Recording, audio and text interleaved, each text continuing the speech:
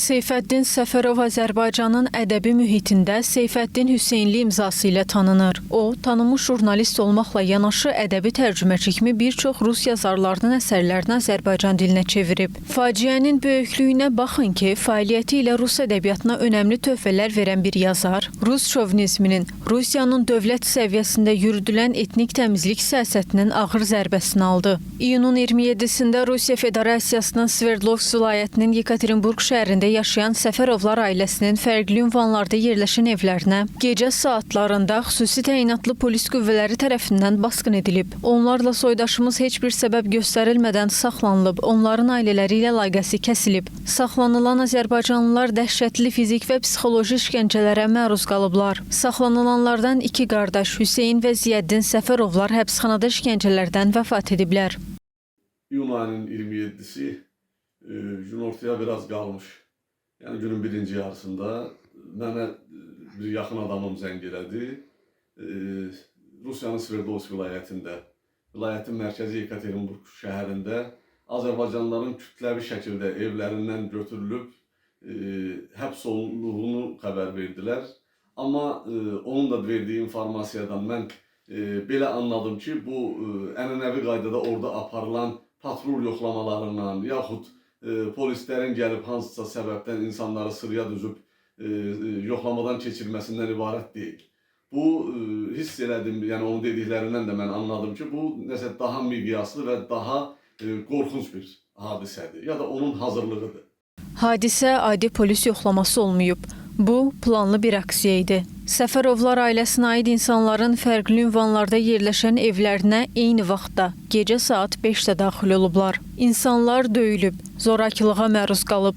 60 yaşını keçmiş şəxslər belə istisna edilməyib. Bəziləri naməlum istiqamət aparılıb və saatlarla harda olduqları bəlli olmayıb.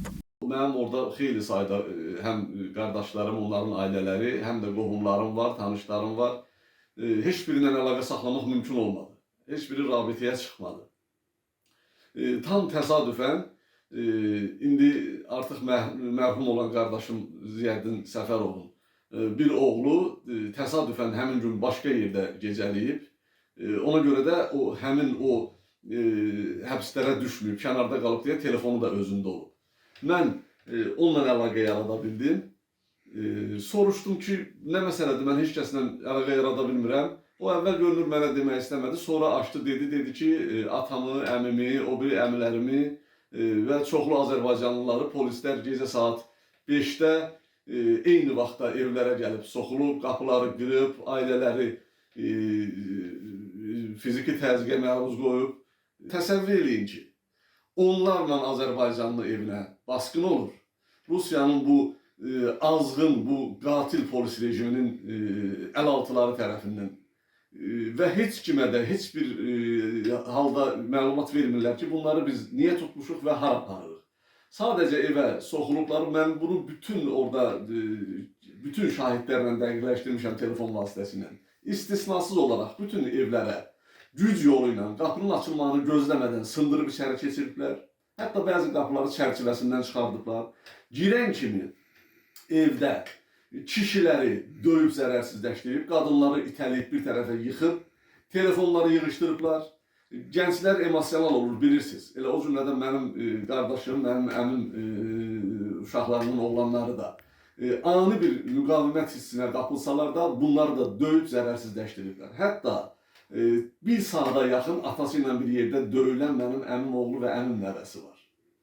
Bu işgəncə bir müddət davam edəndən sonra bunları qolları arxadan qandırılmış vəziyyətdə başlarından basa-basa və arxalarından vura-vura, döyə-döyə maşınlara aparıblar və naməlum istiqamətə götürüb gediblər. Dediyim kimi, bunların hamısının evindən telefonları əllərindən alıblar və bunları tam rabitəsiz qoyublar. Təcrid ediblər ətraflarından. O maşın bunları hara aparır, hansı istiqamətə aparır, saatlar boyu bilinmədi. Təxminən səhər artıq hava işıqlaşandan bir xeyli sonra məlumat alıblar ki, əvvəl Lenin 17 ünvanı var orada və oradan da müxtəlif təcrid kanallara bunları aparıblar. Əsasən döyərək dərhal çatan kimi bir çoxuna fiziki təzyiq ediblər, bir çoxuna elektrik cəryanı veriblər. Dərhal bunları sındırmaq üçün Sonradan məlum olan səbəbə görə bunları çox kökündən qorxutmaq və sarsıtmaq üçün belə metoda əl atıblar. Cavan, yaşlı demədən, mənim orada yaşayan böyük qardaşım Səfərov Şakir, ali təhsilli həkimdir, ziyalı bir insandır. Orada kiçik biznes, oğlu ilə birlikdə kiçik biznesini qurub, 90-cı illərin o fırtınalı vaxtlarında nəsə həkimlik peşəsindən uzaq düşdü və ora getdi, yerləşdi.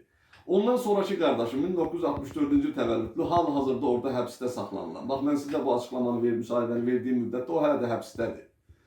O 61 yaşında insan, təsəvvür edin, təxminən 15 ilə yaxın Azərbaycanda rus dilin və ədəbiyyatını tədris edib. Ağdam rayonunda, orta məktəbdə.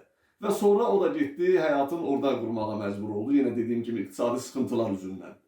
Bu adamlar həmişə öz sambalı ilə, mədəni səviyyəsi ilə, ziyalılığı ilə tanınırlar. Seyfəddin Hüseynli deyir ki, bu hadisə adi polis əməliyyatı yox, Rusiyanın Azərbaycana siyasi mesajıdır.